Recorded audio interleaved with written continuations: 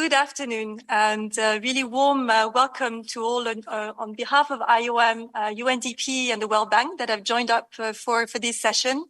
So my name is Cécile Riallant. I'm heading the work of IOM on migration and sustainable development, and I'm extremely happy to be opening this session that is going to have two different panels that will be moderated in turn by colleagues from the World Bank and then from UNDP. So what we will do during this session is to reflect on what the UN Network on Migration has accomplished and must continue to do to further unleash the power of migration for sustainable development and really maximize the development promise of migration. So with 1 in 8 persons on the move, either voluntarily or forcibly, the impact of human mobility on development is significant. This generation really has the mandate to address unprecedented global challenges, and none of today's challenges, from the climate crisis to the demographic transition, digitalization, or urbanization, can be tackled effectively without considering human mobility and its connection with human development. So how we mobilize the UN Network on Migration, which gathers the bulk of the agencies that are part of the UN development system, together with the critical stakeholders that are civil society organizations, academia, local and regional authorities, the private sector. So all of this really is absolutely a fundamental question that has many ramifications that we're going to be exploring during this session. Clearly, through its deep roots into the 2030 Agenda, the implementation of the GCM is truly a unique opportunity to connect good migration governance as defined through its objectives and principles in the GCM with national and local development planning and means of implementation. So since its inception in 2018, the UN Network on Migration has been really at the forefront of recognizing these intimate connections. And really much has been achieved through a strategy focused on integrating human mobility across development planning processes based on the understanding that human mobility is a powerful lever to support the implementation of all the sustainable development goals. So what have we achieved so far? 23 UN country teams, that is 250 UN staff, have been trained to integrate human mobility as a cross-cutting issue in UN prioritization and planning processes, with 17 additional requests from UN country teams currently in the pipeline. Through the 77 country networks that are embedded, as we know, within the UN country teams, these colleagues at country level are really geared to provide essential support to governments to put in place plans and structures to ensure that their GCM-based policy frameworks are contributing to the sustainable development. And also the UN Network on Migration is connected with the high-level political forum, which, as you know, reviews the progress on the implementation of the SDGs. And really, also what we have seen recently is that the collective advocacy of the UN Network on Migration really has paid off. As you may have seen that in the SDG Summit Declaration, we have ample evidence and references to the power of migration for sustainable development. And we can also see that in the voluntary national reviews, to a large extent, really the big majority of them, and now including migration, 85% of them specifically mention migration, and 25% also reference the GCM specifically. So this is huge progress. But are we where we need to be? And where do we need to prioritize collectively? In particular, is the work planning process of the UN Network on Migration through the various work streams intentional or coherent enough to ensure that a development lens is applied across the board? Question mark. What needs to be done to leverage the UN Network on Migration at country level? How can we really bring at scale the support that we provide to governments to implement the GCM in tandem with the 2030 Agenda?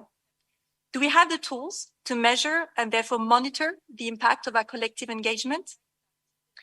And are we leveraging enough the power of the network for joint advocacy, and particularly when it comes to connecting what we do with important UN summits, such as, of course, the Summit of the Future, which is around the corner, or even closer to us, the CIS4 conference, which is going to take place in a few weeks. And last but not least, do we have the financial resources that we need to do this work at scale? So what needs to be done to connect the network with the ongoing reform process of the international financing system for development? So we look forward to your input to clearly articulate the road ahead so that the collective power of the network translates into clear development gains. So I'm now going to give the floor to my dear colleague, Pablo Acosta, who's going to lead and moderate the discussions in the first session. So Pablo, you are the lead economist at the Social Protection and Jobs Global Unit of the World Bank. So the floor is yours. Thank you very much for the invitation to moderate this panel. Welcome to everyone. I hope you had a good lunch, and now we have energy to discuss on the achievements and successes and challenges, of course, pending for the implementation of the Global Compact of Migration. My name is Pablo Acosta. Again, I'm from the World Bank. For those who are not familiar, the World Bank is actually part of the family of the UN Network of Migration. So we are really grateful to be here and discuss today with you. So we have a very distinguished panel today. So I want to thank everyone here today. And again, repeating the question or the objective we have today is, of course, how we can reflect on the network successes and challenges in enabling the Global Compact on Migration to maximize the development promise of migration. So we're going to have the pleasure to have Dr. Stephen Jackson, who is UN Resident Coordinator in Nairobi, Kenya. Stephen, you have had many years of experience in international development, peacekeeping, and humanitarian affairs, including several years in Sub-Saharan Africa. I noticed that you work in the Great Lakes, Gabon, Burundi, DRC, Angola, Rwanda, Somalia, among others. So you clearly have a lot of experience, and we look forward to hear from your views on this. We also have Paddy Knudsen. Apologies if I'm not pronouncing it correctly. But basically, you are the Vice President of the Global Research Forum on Diaspora and Transnationalism. You are Zambian of origin, with over 17 years of professional experience as a development economist. And importantly as well, you are a member of the GFMD Civil Society International Steering Committee, and also you coordinate the African Non-State Actor Platform on GFMD and the GCM. Thank you very much for being here as well. Bienvenida, Julissa, or welcome. Julissa Landaverde is a panelist as well, coming from El Salvador. You are Director of Human Mobility, Analysis and Partnerships Unit at the Vice Ministry of Human Mobility of El Salvador. You have started your experience in the Ministry of Foreign Affairs in 2015, working in bilateral relations of El Salvador with neighboring countries, and you have focused on the topic of migration and development with the gender, childhood, and migrant and adolescent approach. And I understand you also work on aspects of illegal migration as well. Thank you so much. And I understand we have confirmation now that we have Simón Pulido representing DG IMPA in the European Commission. So Simón Pulido is connected online. Please confirm. But you are the head of the migration sector, and it's very important because the DG IMPA and the European Commission has been also supporting many aspects related to the development-oriented responses of migration and for displacement, and we look forward to hear your views as well from your organization. So let's start then with the discussion. So again, we would like to hear your reflections and experience, and let me start with Steve. So Steve, or Stephen, I call you Steve. No, I like it better. You have been very involved in setting the strategic direction of the work of the UN Network on Migration in Kenya. We understand now that the GCM is much more embedded in the work of the UN on the ground in Kenya. So what is your reflection in terms of this experience and actual implementation, and any advice you may have to other UN regional and country teams on this process? Thank you so much, Pablo, and good afternoon, friends. So I think the GCM is very embedded in the government's approach and in the UN's approach. But before I come to that, I'll just do what I did in my earlier intervention. And I always start by saying I'm a migrant. I think that that's really important to recognise that we're all migrants. I've been a professional migrant, an economic migrant, a labour migrant, call it what you will, all of my career. That's been really important and beneficial to me. I hope it's been important and beneficial to some of the countries like Kenya that I've had the honour to work in. But I think we, as part of this process of rebranding migration, we've got to get out there and say we are all migrants too. Kenya, that extraordinary country I have the honour to serve in, is one of those countries that is an origin for, a transit for, and a destination for migration. So it has very complex and diverse patterns of migration, which is one of the factors that pushed us in UN Kenya back 3 years ago to establish for the first time a UN network on migration that brings together 16 UN agencies who have mandates which in one way or the other touch on migration. And our only aim is to support the government of Kenya in implementing the Global Compact and then relevant migration policies. So I have the honour to chair that. And to come to your one of your questions, Pablo, I would strongly recommend to all resident coordinators that they take on that role because migration is so vital to the achievement of the Sustainable Development Goals, which is the business that we're in. In Kenya, even more excitingly than our network, the government has developed its own GCM implementation plan, and that runs from 2023 to 2027. We launched it with government in October, and we believe it to be the world's first plan developed under the GCM capacity building mechanism and with the generous support of the Building Migration Partnerships Programme. That really encapsulates Kenya's embrace of leadership on the GCM. And Kenya isn't just doing that out of the good of its own heart, although it's a very generous country, but it's also because Kenya understands how fundamental well-managed migration is to its journey to the Sustainable Development Goals. And so that plan is leading to a robust set of interventions, a monitoring and evaluation framework. And I think it's a real testament to Kenya's leadership on this. We, of course, on the UN side, were providing lots of technical capacity to that, but it's the government's achievement, the government's win. And it's really representative of what I think is a whole of government approach. That's underpinned by a national coordination mechanism. And my brother, Dr. Dan Opon, is the secretary of that mechanism, is sitting in the audience here and can tell you all about it. It brings together 47 stakeholders, entities drawing from different ministries and departments, agencies, civil society, academia. And in Kenya, we have two levels of government. We have the national government and we have the 47 devolved counties. And so they are very active there too.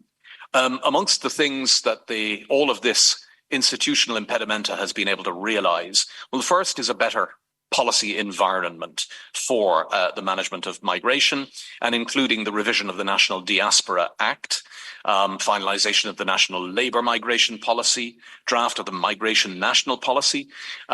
We're moving towards the finalisation of what's called the Shirika, that's the Coming Together plan, which is about the refugee transition. Kenya is historically a very generous host of a very large refugee population.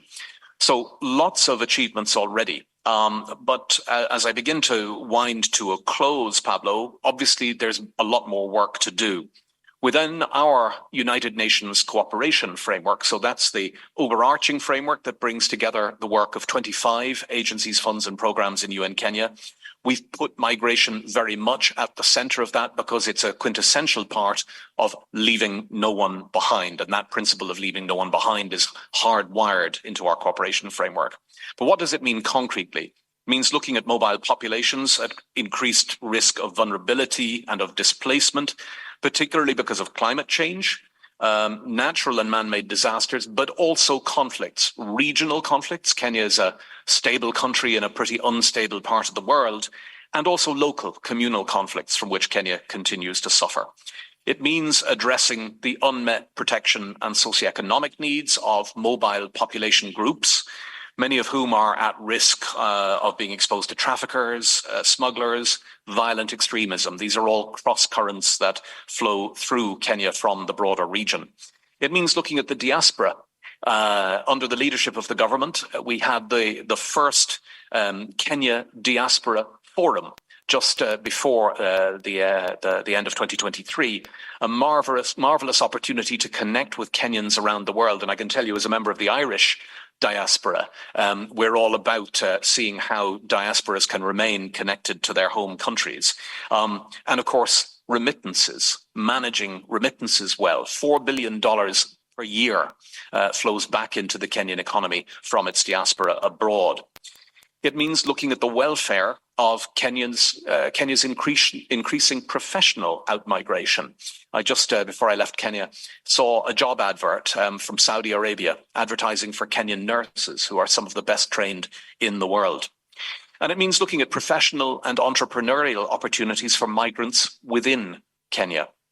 Those migrating for a whole host of reasons, but including those who are fleeing different forms of violent extremism.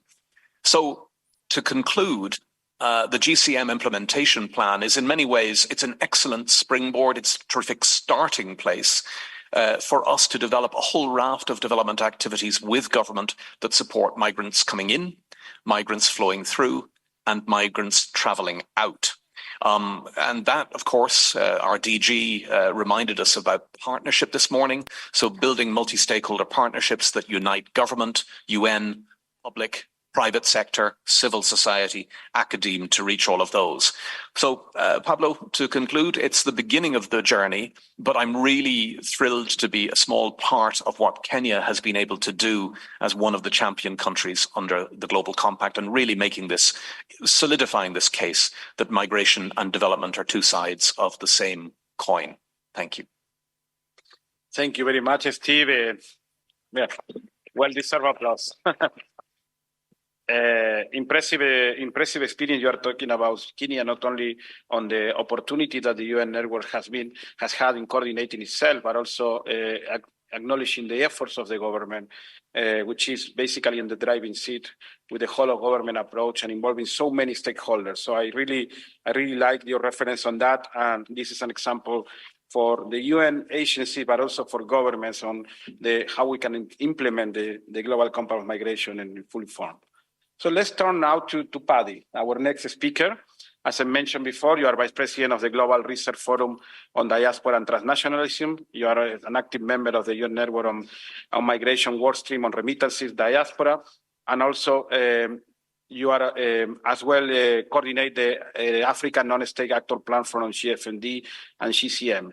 So from your side, now given all this experience that you have as well and being member of different parts of organizations that have something to do with the GCM. Can you hear a reflection on what has been your experience coordinating different actors in the context of the network? And can you reflect, of course, on achievements and challenges that you have encountered on that process?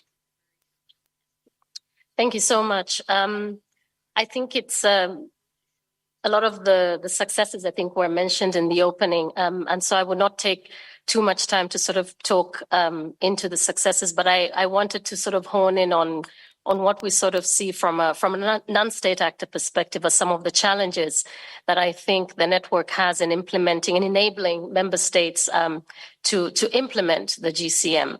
And I think that one of the most important ones is we are indeed working against a political and societal narrative of migration that doesn't serve the promise of migration for development. We didn't see it coming, I think, at the adoption of the GCM, but it's the reality that we have today. I think one doesn't need to have a Google search to see the growing and disturbing, if one may describe it, anti-migrant reality and sentiments that we see in countries of destination that are leaving this undesired and, in a way, distasteful ingredient in the promise recipe that was provided, I think, to the network in the important work of having an enabling environment. But then I think that what it also does on the ground is that it distorts and it regresses the progress that has been made on narratives, and it somehow also scars the successes that we see on the promise of migration for development. And so I think that one of the most important tasks here is really, speaking into different parts of states in how do we move this anti-migrant perspective that has stemmed obviously from a narrative of a fear of the loss of control, the loss and the fear of migration that begins to also trigger vulnerability of migrants who have actually been raised as, that actually think of themselves as being agents of development. So that's the first thing. The second thing to say, as part of this challenge, the challenging space, is the fact that there's not a single country that can sustain its economy or pave way for development or even thrive socially without migrants. So in fact, we see data showing us difficult statistics about aging populations in many spaces, and the solution pointing not to more robots or, mechanized system, but actually to more people taking up space in essential jobs in health, education, and even in more, leisure sectors such as hospitality and tourism. And so sort of there you've got, the other side of the story where the data is speaking. And that reminds us once again that mobilities will actually be a survival instinct for all nations, and that migration policies have to be well managed and also have to be based on human rights principles. Another part, I think, of the challenge is that we're not maximizing, as the title is showing, on many fronts. The dialogue space, the engagement, the alternatives that are there in terms of looking to development, the people, the technical resources, the institutional resources that you have in terms of variety of stakeholders, and the financial resources.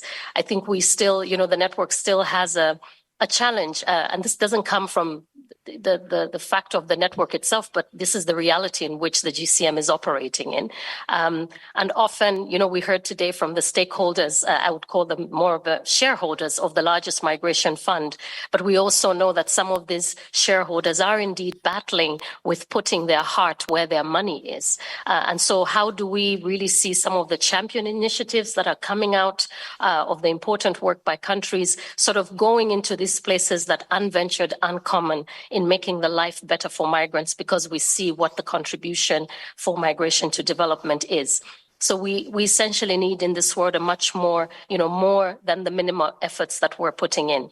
I won't go too much into the poly crisis, which I think we heard also from the opening remarks, but all to say is that I think we need to be more intentional on the promise, and also trying to find how we can be more flexible and find alternatives for local action and grassroots in these different spaces. The progress that we talk about here and the progress that's planned in the GCM reviews should really be results-based. I think that there's a lot of work that has come out, the work of the work streams, and I can speak to the monitoring work stream and the diaspora work stream where we're actually sitting as GRFDT. But I think what is much more useful across all of them is that you have so much outputs. You've got so much that comes out from the stakeholders, but you need much more interest into these outputs. How are we actually going to use it to shape up what we see as some of the challenges in implementing the GCM? But at the same time, if we just look at the monitoring, where's that interest in shaping up, and eventually, once it's endorsed by the member states, how useful will the monitoring be for meaningful conversations on the change we want to see? And also looking at how the regional reviews and the next IMRF will use that as the basis for global conversations. So I think that there's also an issue there around the right conditions, that we can pride ourselves in the successes of the network. They need to operate within the right conditions. And some of these are really critical in terms of inspiring the future action.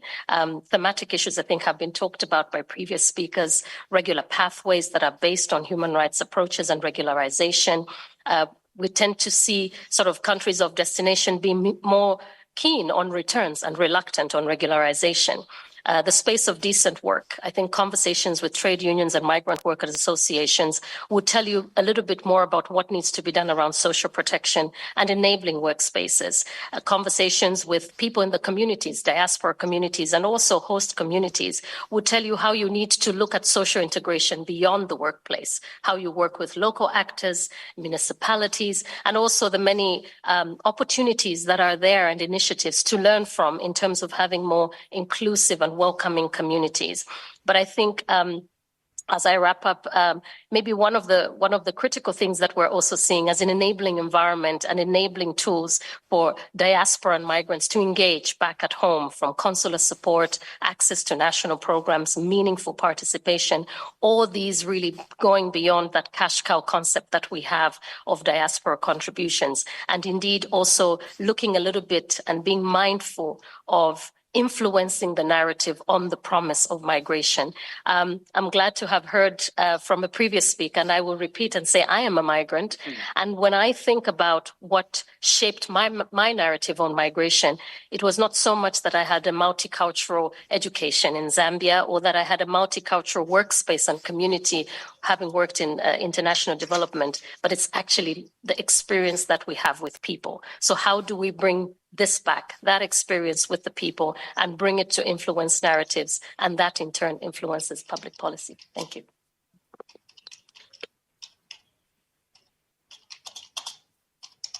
Thank you very much, Paddy. You really covered a lot of aspects, and you're going to make us reflect a lot on the challenges and the reality, as you mentioned, that we face in implementing the GCM. You mentioned just briefly aspect related to the narrative and the need to change that narrative, really. That is, despite the economic evidence that abounds and the outlook that we know is going to create the conditions for more migration and movement of people, there's still opposition from many fronts. You mentioned also, of course, aspects of resources that need to be taken into account. Unfortunately, there are constraints. And of course, really aspects of integration and regular pathway that we need to keep promoting in our dialogue. So thank you very much. Of course, we're going to have more chances to deepen some of these discussions when the session on questions and answers will come. So let me turn now to Julissa. So Julissa, we know the government of El Salvador has recently launched its national coordination mechanism on migration, and through this is working on the GCM implementation plan as well. In that process, you're also bringing together the GCM and the SDG frameworks. Can you tell us what has been your experience in this implementation process, and again, advise other countries aiming to do the same? Thank you.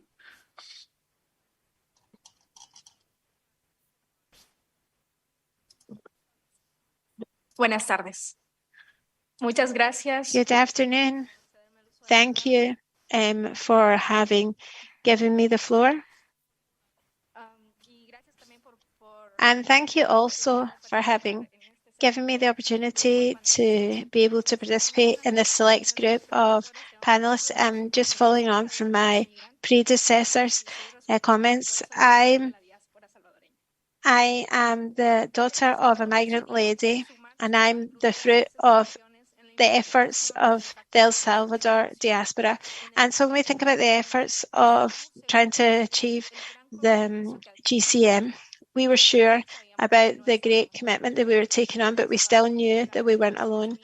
In El Salvador, we knew that the UN Network for Migration was helping us out in our project for Alliances for Migration, which was going to allow us to get to that great objective, which was our integration of it, even though we knew that there was a lot to be done until we got there. And we've had support and technical assistance so as to capacity build in a pan-governmental and pan-societal approach. I'm going to give you some examples of that capacity building that we've had access to and developing the report of the application of the GCM that we were able to speak to in the review forum, and the commitments that El Salvador took up and that are supported by and followed up by this project in Salvador. And we have been working in El Salvador to prepare for the International Review Forum, and we've been doing this at the highest level with our Foreign Affairs Minister, Alexandra Hill. And we've also been doing so in regional mechanisms of integration, different specialist spaces for migration, which have allowed us to be part of these fora and mechanism between different member states within those conferences and mechanisms that we already form part of. For example, we had the temporary presidency of the World Forum on Migration, Global Forum on Migration and Development, and we were able to do this with Mexico, and we were able to speak to those countries in the conference, and we were able to speak to what our principal priorities as regions were. And this then came to shape a regional development plan, which is in fact our baseline instrument for this conference. And so the network helps us a lot and has become a point of reference when it comes to anything migration related. And we've been able to get support for building these different frameworks nationally and regionally. When it comes to migration, we've been able to work on a draft bill for human mobility, and it's been really, really valuable to get this input and this advice so as to be able to turn that into a draft legislation. And we've been able to also put together a policy for human mobility that we actually only launched in November of last year. All of that is added to by program-based action, and we have a lot of work when it comes to diagnostics, when it comes to the National Plan for Implementation of the GCM, where we haven't just undertaken a mapping of the actors involved in diagnostics, but we also asked for implementation of the diagnostics of the implementation basis so as to be able to have a wider diagnostic of everything that was necessary in our country. And in 2023, as I've already mentioned, we also received support in our mechanism for support for human mobilities. This is a space made up of 45 national bodies, not just governmental ones, but also different state agencies other than the government. I'm going to just go on to the challenges and also lessons learned that the experience of these recent years has taught us. First off, it's really important to set the groundwork for a very articulated piece of work. This articulating of the work is the only way to actually achieve the objectives. Nevertheless, to articulate anything, you need a leader.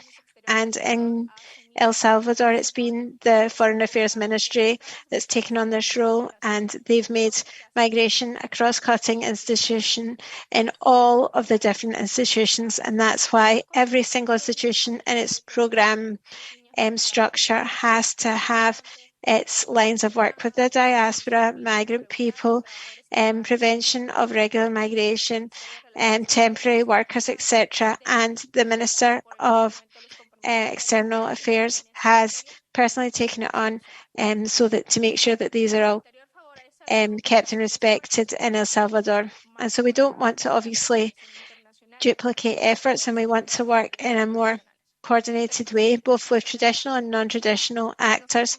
And the plan that I just mentioned has allowed us to be able to come together with actors of different sectors. And this has been able to promote in a much better way migration and interventions. And we've been able to have successful complementarity that allows us to not leave anyone behind.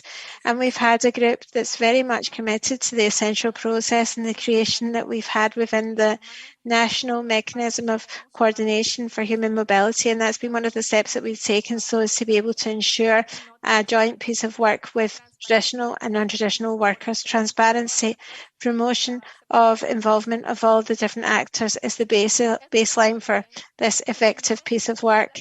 It's also really important to not leave to one side the actions that we've been working on. And after another 2 years of work with this creation of alliances for migration, we're getting to really cross off all the T's and dot all the I's on the plan. But this has been thanks to the support and the support from everyone that we're going to be able to make it. And that's why in these 2 years, like I say, we've laid the the groundwork, and we're going to complete this, continuing to move forward. We are also conscious of the fact we can do a lot more together with the support from the network, putting people at the centre of everything. So to conclude, we do feel that it's important to evaluate the conclusion of this phase of help and strengthen the network's work in Ecuador. We understand that every country is its own world and that our realities are very much different. And we do want to talk about the work of the group of the IUM in El Salvador. We hope that we're going to be able to rely on their work in the future as well, so to be able to work on human mobility and our national plan for implementation for the GCM, turning it into a role model for the region, and why not for the entire world. Thank you. Many thanks, Lisa. And of course, I have to say I also a migrant. I live in 5 countries. My working, so I wanna sum up myself to the trend. But you mentioned, I find it very interesting because you talk about a regional perspective on the application of the GCM and how the international institutions, including ourselves, have helped you on that. But at the same time, how this influences the national plans. And you mentioned different aspects that we can take an interest in, especially when you mentioned the role that certain government institutions, in your case, the Foreign Affairs Ministry, can take in the coordination of the different actors, which is a very relevant aspect that we need to highlight of this experience. So we have a final for speaker that is connected online, which is Simón Pulido. Can you confirm you are there? Yes, I'm here. Can you hear me? Yes, we can hear you and see you. So let me basically introduce first. Of course, I mentioned before, you are the head of migration sector in DG IMPA in the European Commission. We know that as part of the EU renewed commitment to foster multilateralism and building on the long-standing cooperation that the EU has with the United Nations through the network, you jointly developed the EU-UN Building Migration Partnership Programs to pioneer capacity building support on migration and mobility to partner countries. So we would love to hear your views about this experience and in general, again, what are you seeing as the successes and challenges that partner countries may have in the enabling or the application of the GCM? Thank you. Thank you very much, first of all, for the invitation, and also apologies because the initial speaker from our side, Ms. Camilla Hagström, my deputy head of the unit, has not been able to participate and attend this meeting, but I will replace her. So, as you have mentioned, DG IMPA, stands for International Partnerships, which strengthening global partnership is indeed one of the objectives, the 23rd objective of the GCM, of the Global Compact on Migration. And the European Commission has been a strong advocate of the Global Compact on Migration and has contributed to the implementation of its objectives from the beginning. This is because also we believe that the well-managed migration can enhance the development of both countries of destination and origin. Migration can hugely benefit the lives of migrants and their families. And the EU's approach is also anchored in the Sustainable Development Goals, notably the Target 10.7 that we all know. That's why the EU is funding the program Building Migration Partnerships, which aims through the EU network on migration to support countries to improve migration policies and to develop and implement national migration action plans that are in line with those policies. As regards the network's successes, what we see through our program is that progress is being made in a number of areas. First of all, in a number of pilot countries, some of them has participated in this meeting already.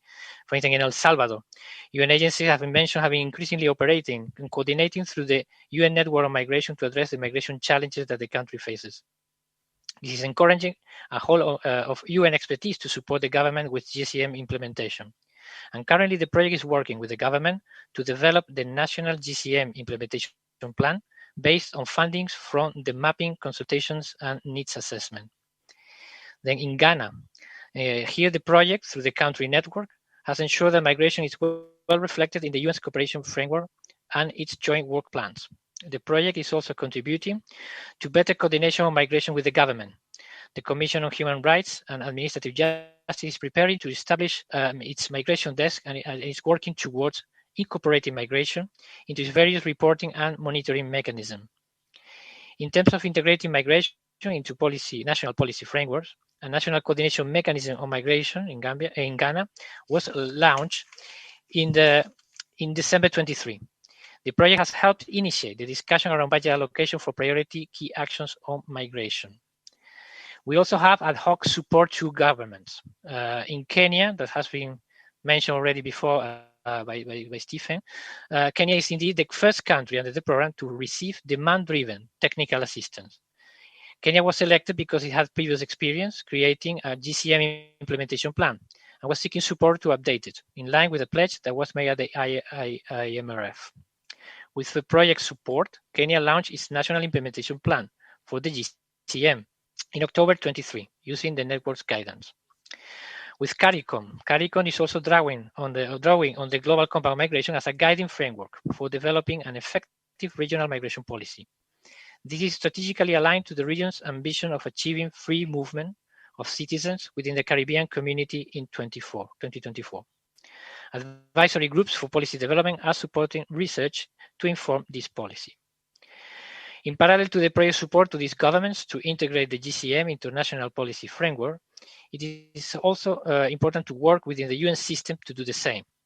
IOM and UNDP, with support from the EU, have been strengthened for the establishment of multi-agency and multi-stakeholder facilitation teams. To date, more than 250 UN staff from over 20 United Nations country teams have benefited from workshops to assist them in integrating the GCM into their systems and programs. 17 more UN country teams have asked the Migration Network Hub for this kind of support. These efforts help embed the GCM into the work of the United Nations staff on the ground. All of these are examples of progress that has been achieved through the UN Network on Migration and will centrally continue to make the implementation of the GCM a reality on the ground. However, this work is also facing some important challenges. As we know, the evolving political situation in some member states, including EU member states, can divert the attention away from GCM priorities. In many partner countries, the authorities in charge of migration still have very limited resources to tackle the issues identified by the GCM. In addition, coordination efforts take time to bear fruit, both at country level and between UN agencies. They imply a change in working methods that can only be fully embedded in the medium to long term. For those very reasons, supporting initiatives of the UN Network of Migration are more relevant than ever.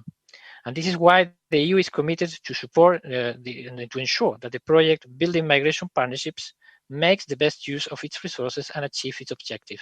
Thank you very much.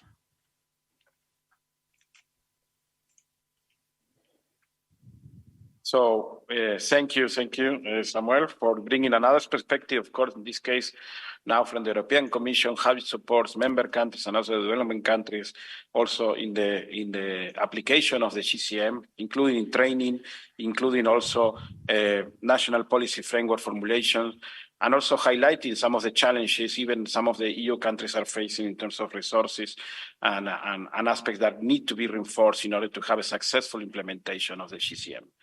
So we concluded our section on the panelists, and now, of course, we're going to give the opportunity to others as well to speak. So we will open up for discussions. Again, we're going to expect the discussion to reflect on the successful and challenges of the enabling of the GCM in our objective, which is maximizing the development impact of migration. We're going to have the opportunity, I think it's going to project at some point, if you're calling this Kilo, to Slido to share the reflections. Okay, so you can put your questions there, and we will pick some of them, of course, in the time we have. And also, of course, we will allow for those who may be interested in having interventions from the floor. But first, I want to start with one specific intervention from the rapporteur for the GFMD and the GCM, Mr. Gary Slaiman. Do we have connected? Yes. Can you hear me? who is supposed to talk about, on behalf of the GFMD, GCM rapporteurs. Mr. Gary Slaiman is from the business mechanism, and we wanted to hear your views on this. Thank you, Pablo. Can you hear me okay? Maybe he's not connected yet. I'm connected. Connected. Can I be heard? Okay. We were not seeing you, sorry. But okay, very good. So over to you, please. Please.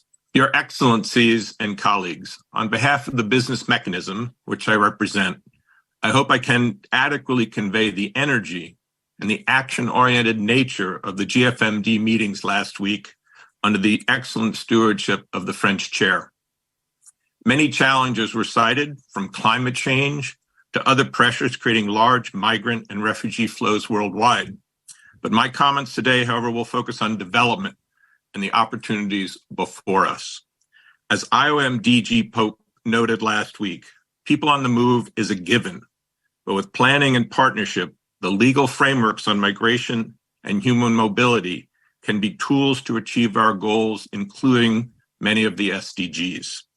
The key is to implement practices and procedures to enhance the availability and flexibility of pathways for regular migration per GCM Objective 5. But this depends on government.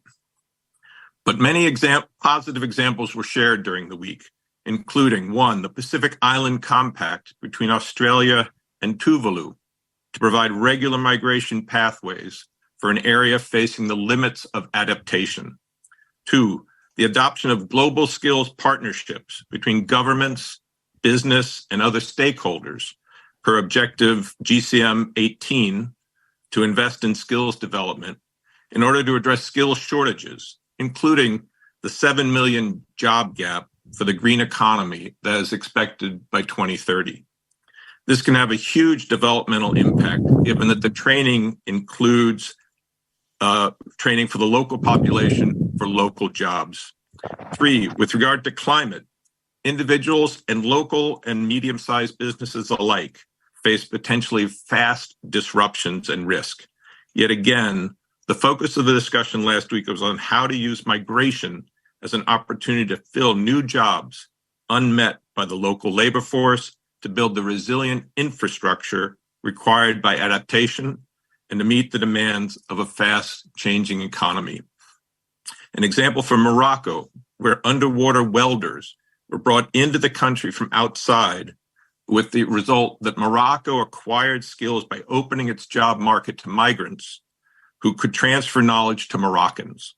And finally, the benefits of diaspora, both in terms of the returning remittances and knowledge to the home country while away, and in the enhanced abilities upon return.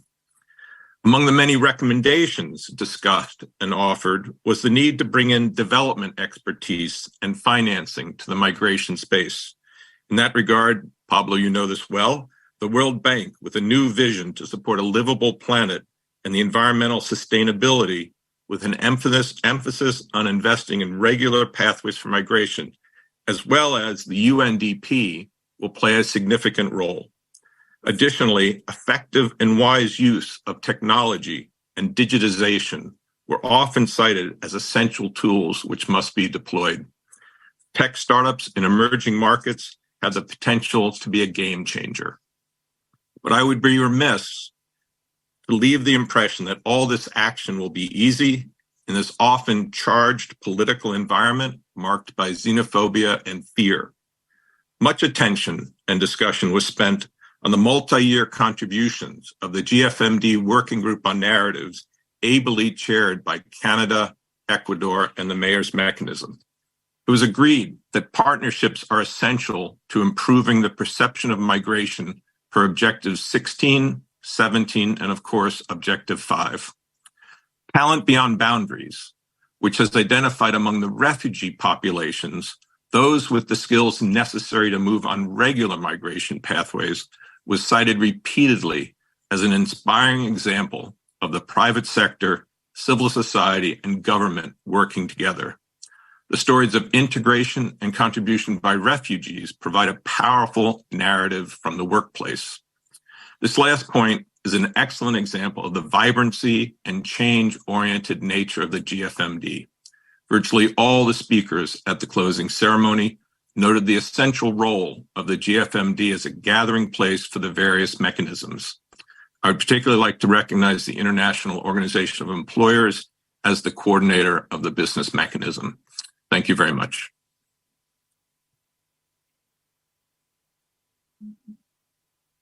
Thank you very much, Gary. And you bring also a very important perspective from the business mechanism and all the lessons, things that we have been discussing also in the GFMD last week, and that we share many of our institutions, including the focus on potential global skill partnerships, diaspora engagement, and climate migration as well, and the need for partnerships. So we have some time now to go for floor interventions. Please remember those who want to speak to put your sign vertical. We have a first speaker, I see from afar, from UN Women. Please make the intervention no longer than 2 minutes, because otherwise we won't have enough time to hear all that are interested. Thank you. Thank you. This is a joint or combined statement in relation or in response to the first and this panel. So, international migration governance continues to be largely gender blind, reproducing or reinforcing existing gender inequalities and race inequalities, which in turn create more vulnerabilities for women and girls. Around the world, migrant women's roles as workers, earners, investors, providers, and caregivers are too often overshadowed by simplistic narratives focusing on exploitation and victimhood. This lens of vulnerability through which migrant women are viewed results in many countries implementing policies through which migrant women are viewed, which restrict their migration, often in the name of protection. But women don't need protection, they need their rights protected, and they need to have choices. And that choice to migrate is often a difficult one. Many leave behind loved ones for long stretches of time in an effort to provide them with a better life. Yet in doing so, countless women get accused of abandoning their families and or engaging in illicit behavior while away. Accurate portrayals that depict the nuanced and multifaceted realities of women's migration is the best way to ensure that these narratives are no longer based on outdated gender stereotypes and are instead built from migrants' lived experiences, knowledge, and contributions. To tackle these issues, we need to ramp up our efforts to address migration in all its dimensions. The Global Compact for Migration provides us with a framework to do just that. As part of our work, co-leading the UN Network on Migration's Gender Workstream, UN Women and partners are furthering the network's efforts in advancing gender-responsive implementation of the GCM. By doing so, we can start to address the unequal power relations between women and men at all stages of migration and promote laws, policies, and services that recognize and address the gender-specific needs, challenges, and situations of vulnerability of migrants in all their diversity. This, in turn, will help to maximize the promise of migration for development. Thank you. Thank you very much. Let me turn to other speaker. I see ILO over there. Thank you, Chair. Excellencies and colleagues, good afternoon.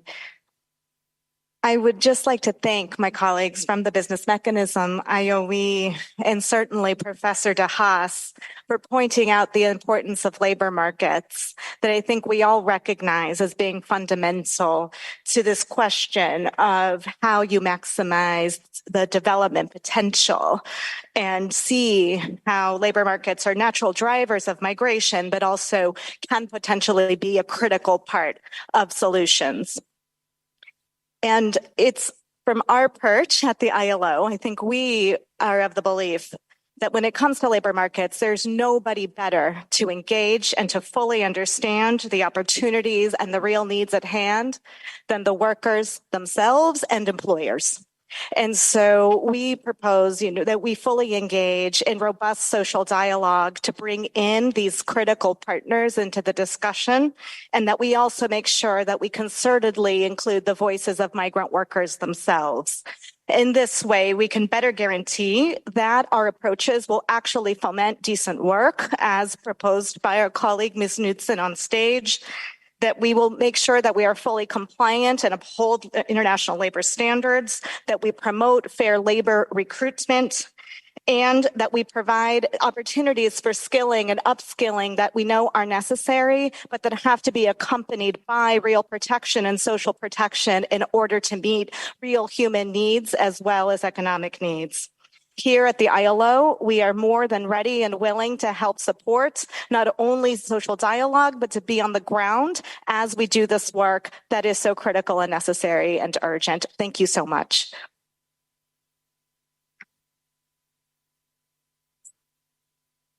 Thank you. Thank you very much. I think we have also Bangladesh Women Workers Association in the list. No.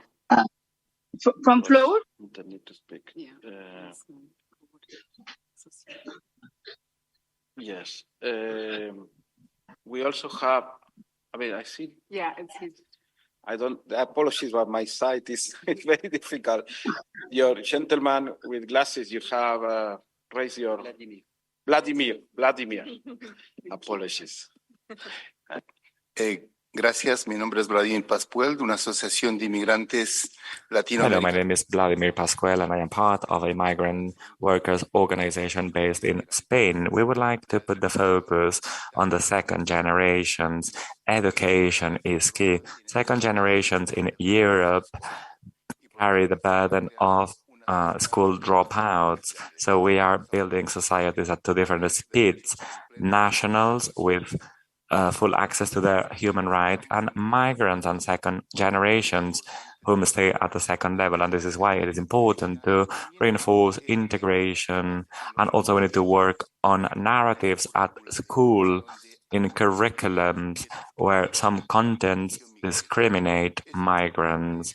It is also important to work hand in hand with national governments, and I would like to call all government representatives for them to open debate forums with migrant organizations to discuss about our realities. Many countries have not still ratified ILO 189 agreement, and this shall be ratified to ensure the rights of migrant women workers. It's just unbearable that some women working in Europe are entitled to rest only on Saturday evening and Thursday afternoon. So this is totally unacceptable, and this is happening as we speak. So we call governments to uphold the rights of migrant women workers. Our political, social, and cultural rights must also be respected. We are being asked to leave our culture behind, and this is unacceptable also. Thank you. Thank you very much. We have also online, I understand, Sumaiya Islam from the Bangladesh Women Worker Association. Thank you so much to give us the opportunity. We are a returning workers association. Just for GCM implementation, we'd like to know how GCM can implement in the national government, because without the grassroots level intervention and work with the both country of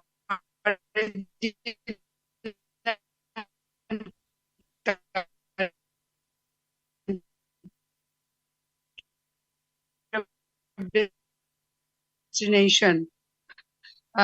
Institution of GCM, it cannot work only with the government, with the all grassroots level organizations, CSO, trade union, and with the other stakeholders. The main theme is how we can work with the whole government and whole society approach. At the same time, make an action plan and depend on our plan how we can implement at the grassroots level. And I believe if we work together, we can make more stronger society for women and girls and migrant workers. Thank you. Over to you. Thank you very much. Unfortunately, we couldn't hear all, but I think we grasped the main message. We have Mr. Dan from Government of Kenya. Thank you very much, moderator, for giving me the opportunity to intervene. It's very clear what Dr. Jackson has elaborated about our cooperation and the development of the first national implementation plan in Kenya, which actually outlined 5 thematic areas, which covers 39 GCM interventions. Particularly, we talk about how to improve the data governance in the country, migration data, how to mitigate drivers of migration, how to find solutions, and addressing issues of irregular migration, including good border governance. Also, regular pathways where bilateral labor agreements are done.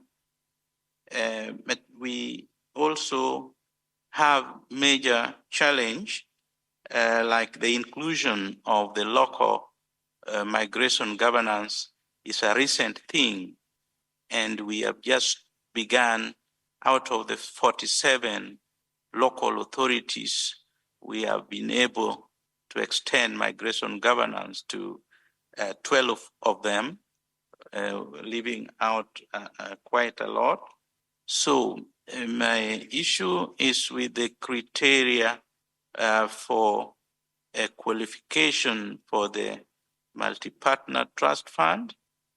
I understand that the multi-partner trust fund is better disbursed through a multi-agency or multilateral setup. Is there any flexibility that local authorities can also access these funds on their own, or they have to go through the national government or through multilateral funding system? I know it happens mainly they support cross-border, regional, and multi-agency. So would it be possible that local authorities can also gain access this fund on their own? Thank you very much. Thank you very much. We have, I see 2 more interventions. One is CASM. You raise your hand. Sí. Hola, muy buenas tardes. Gracias, señor presidente. Hello, good afternoon to you. Thank you, Mr. President, for having let us take the floor as civil society. I'm from Honduras, Comisión de Acción Social Minorita. It's my organization. We're part of the Latin American Bloc and other civil society organizations that are working towards the defense of human rights and protection of migrants. One of the aspects that we think should be reviewed, even if we are talking about work jobs, and workplaces, we're asking for regularization of work visas that's focused on defending migrants' rights, even because we know that there are employers that make the most of the irregular status of the employees to exploit them. And we've had many of these cases reported. In Spain, there's been so many violations of rights of Honduran women, and we know that a lot of them go down that migratory route together with their children.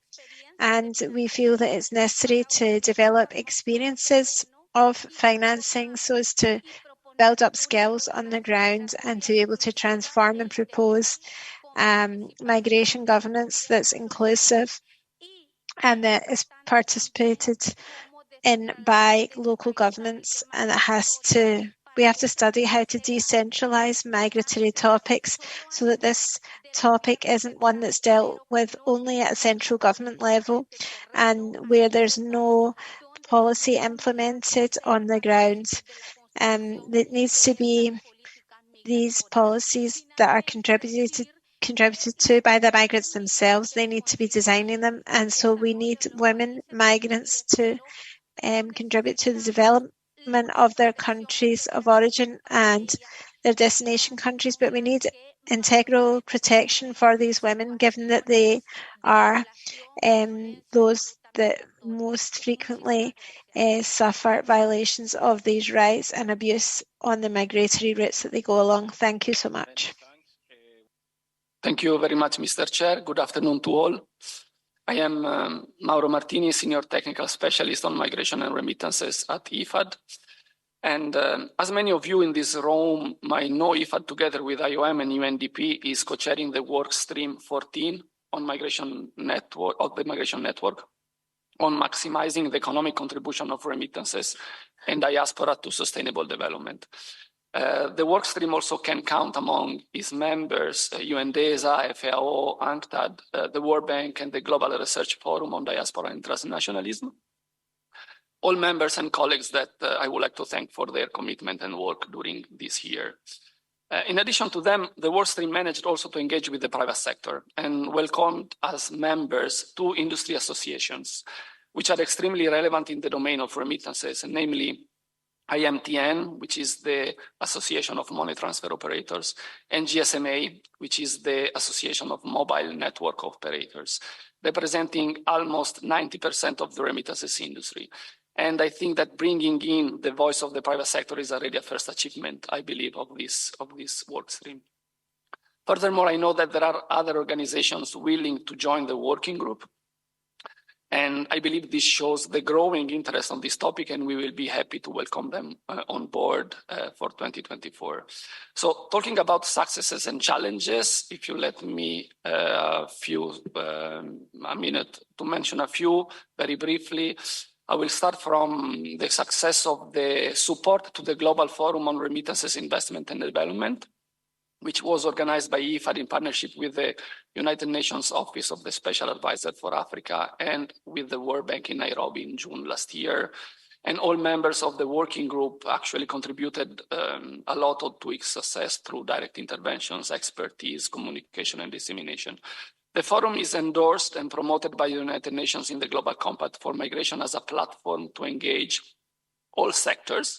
And I believe we really achieved that objective. Over 650 practitioners, 40% private sector entities, the remaining were regulators from African central banks and governments as well, and civil society organizations. So it was a great achievement, in particular because the outcomes of this forum were submitted to all member states during the UN General Assembly in September last year and contributed to support the debate at the SDG Summit.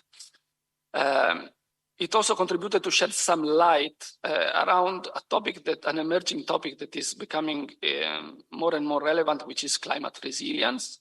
And I think the contribution of diaspora and migrants to climate adaptation is something that we need to further look into and support. They deserve it. The second achievement, and I will be very brief, is the campaign on the International Day of Family Remittances. It was a campaign on digital remittances towards financial inclusion and cost reduction, and it was very successful in terms of engagement. A lot of video pledges by principals and senior management of the United Nations, international organizations, CEOs of private sector companies, as well as a statement from the G20 under the leadership of the 2023 Indian presidency in the framework of the Global Partnership for Financial Inclusion. So this statement released by the G20 members show again the importance of remittances for financial inclusion, and they committed to strengthen their efforts in that. Now, very last point for 2024, we will continue working on our deliverables together with the members of the work stream. In particular, we are producing a set of guidelines to support member states and other stakeholders in leveraging the economic contribution of diaspora to sustainable development in countries of origin. And we hope we'll be able to submit them and publish them by the end of the year. Thank you. Thank you very much. I'm running out of time, but thank you. We have a very last intervention I see, and unfortunately we'll have to close. I think back there, our journey, if you can be very brief, please, because we're running out of time. Thank you.